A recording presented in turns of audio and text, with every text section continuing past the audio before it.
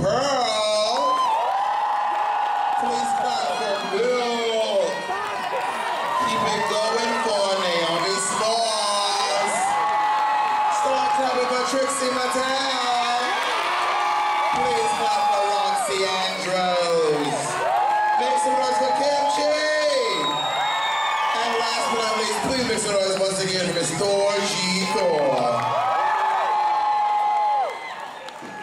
This is the part of the show where the girls backstage trade costumes, as you can see. And let me sit my beautiful self down. The first question is for Pearl. This question is from Sierra from Ocean City, New Jersey. She's from New Jersey, but you know, no one's perfect.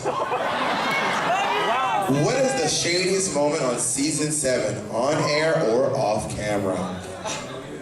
Okay. So, Santino Rice disappeared from season 7, right? And then he comes back for the Hello Kitty challenge, right? You don't recall, Trixie? Yeah. Never forget Trixie Mattel. He came around the workroom as we were working on our outfits, and that motherfucker gave me so many eyes the entire time. And I was like, Santino Rice wants to fuck me.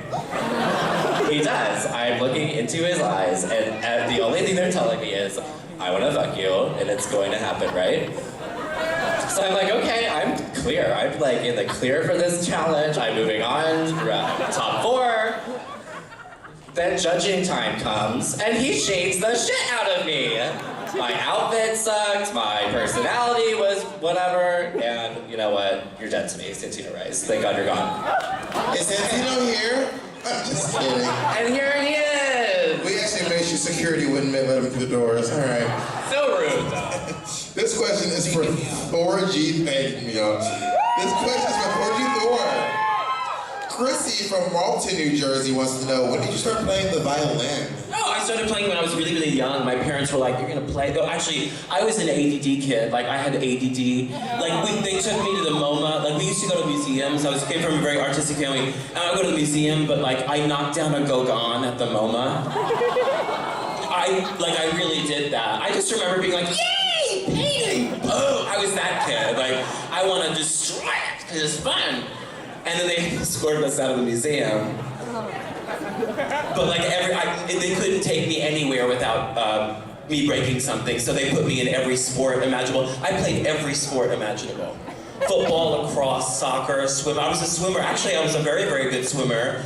And I was in like an all-Eastern. I made it when I was like an all-Eastern. I was a backstroker. I was like the backstroke person. But it turned out I had like chronic bronchitis the entire time.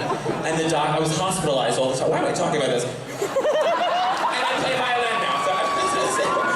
No, but I found out I was allergic to chlorine. And when I quit, and the doctor was like, do you swim? And I'm like, oh, 7 days a week. And they're like, yeah, you're allergic to chlorine, bitch. So I quit.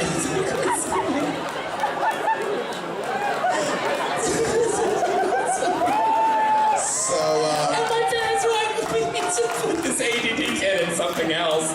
So they put me in music. And then I did pretty well in it. So like she said, when she was a kid, so sometime in the late 30s. All right. This question is for Milk. He needs some milk. This question is from Jazz. Jazz, where are you? Are you here, Jazz? That sounds like a stripper. He's like, my name Jazz. I work down at Private Eyes. He's from Allentown, Pennsylvania. You guys are really proud of Allentown, aren't you? All right, girl. Like, yeah. What the hell is that on? You ruined it. What the hell is that on your head? What? It says, what the hell is that on your head? This is a virusy, like, realness, like, what is it? This isn't an atom. A dandelion?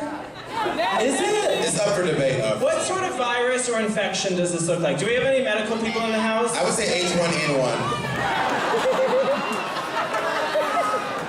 No, this is definitely Zika. This is definitely Zika. Yeah, because it's pastel and like feminine and you make babies. It's probably the clap. This question is for Roxy Andrews. Alton from Staten Island. You traveled, girl. You are so proud of Staten Island. Just you. Yeah, God, I live on a landfill. I was born with an elbow on my elbow. It's a gross place. Not you, you're great. It's the other ones. You're one of the good ones. Roxy, why were you so mean to Jinx on season 5?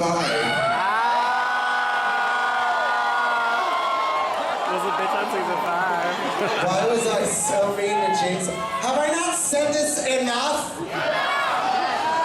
Okay, so I'm a pageant girl from Florida, okay? And when I started doing drag, it was like people who would like be not artistic in a weird way in drag, they just never got notoriety and they never got, like nobody ever took them seriously. So when I got onto RuPaul's Drag Race, I see Coco Montrese, I see Detox, like all these girls that I grew up doing drag with, and then came Jinx Monsoon. And I was like, oh, she's quirky, she's weird, like, I didn't see any competition in her. So, it was just what I'm used to. And as the weeks started going by, I was like, well, this girl's like sickening and she's winning all these challenges and she's like, if she didn't win them, she was top 3 in the challenge. And I'm like, that girl is my biggest competition. So me going back to being a pageant girl started like, okay, well, how can I knock her out of her game? And, you know, make her like shake her up so that she couldn't perform at her most, because obviously she'd end up kicking my ass at the end. And obviously some people are still not over it. But so what I did was I played mind games with her, and yeah, that's all I really knew what to do. And at the end of the game, when I sat at home and I watched it, I was like, oh my God, like, you first look like an idiot. Second of all, you know, that was my biggest competition, and for me to do that was just dirty. And if you can't win the competition by your talent, then you shouldn't win it at all. And being pretty is half of the thing, you know? And Jinx is a beautiful girl, and she's got the talent to back it up. I was just something to look at, and I needed to learn how to do a lot more. So, you know, I had to learn that. We all learn lessons in life, and if you think you're grander than God and you don't have a lesson to learn, well then fuck off. And if you do, you know, I learned my lesson, and I went into All Stars 2 wanting to play the game correctly, and I felt like I did that. I learned, and guess what? I had so much more fun going in there and playing the way I wanted to play that, you know, than I ever did in season 5. So no matter how things turned out, I might not have made top 3, but I had a great fucking time. So. Also known for Roxy Andrews. It takes a lot to admit that. Maybe one day Kim will be there. I'm just kidding. Kim was actually really nice. Wait, this question's for Kim Chi. Segue. Jason from Philadelphia wants to know, tell us about your recent drag booking in Korea.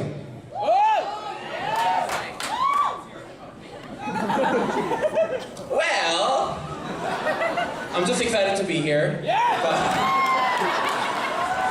So, if you guys watch the show, there is a part of the show where I talk about how one of my dreams is to perform in Korea and have people come out and see me. Yeah! And after that episode aired, these party promoters in Korea reached out to me and they're like, we just saw Drag Race, we're huge fans, and we would like to be the ones to bring you out to Korea. And so they made an offer, which is double what I get paid here in America. So I told them, I don't know guys, I normally don't work for that much, which is technically true. And can you throw in like a little first class or something? And they're like, yeah, sure. So I ended up going to Korea. And so when people came out and saw me, which is amazing, and they had to turn over 200 people away. So they're bringing me back in February, which I'm really excited about. And also I had a meeting with American Embassy after that. And they want to bring me to Korean Pride next year in June. So especially because LGBT rights in Korea is still very not a thing. Like when you think of pride here, it's like white girrs falling off the floats drunk. But over there, it's actually really just people protesting against LGBT.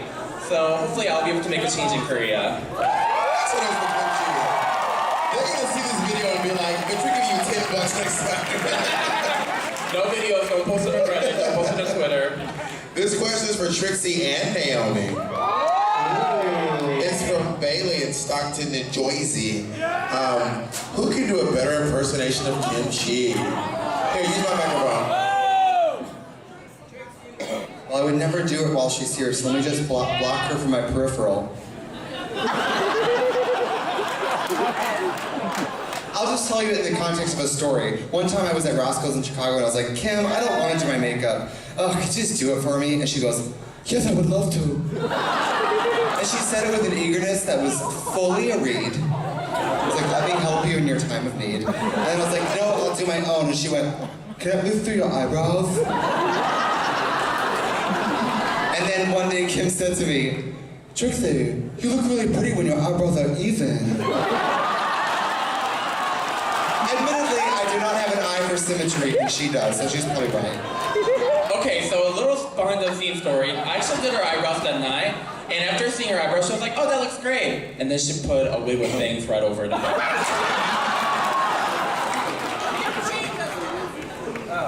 It's your moment.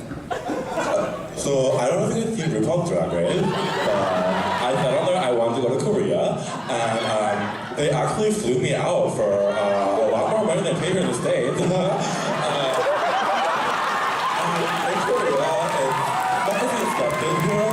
The pride is like, it's not like white girls, you know, like off the pride folk here. It's a lot more like tame, and don't have come for me.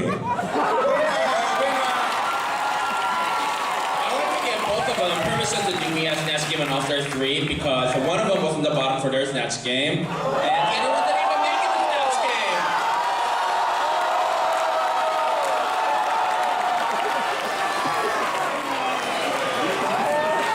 I want to say shame on them both for making fun of Kim's accent. Kim, y'all don't know this. Kim actually speaks 6 languages. English is not one of them. But she speaks like 6 languages. That's hard. Bob.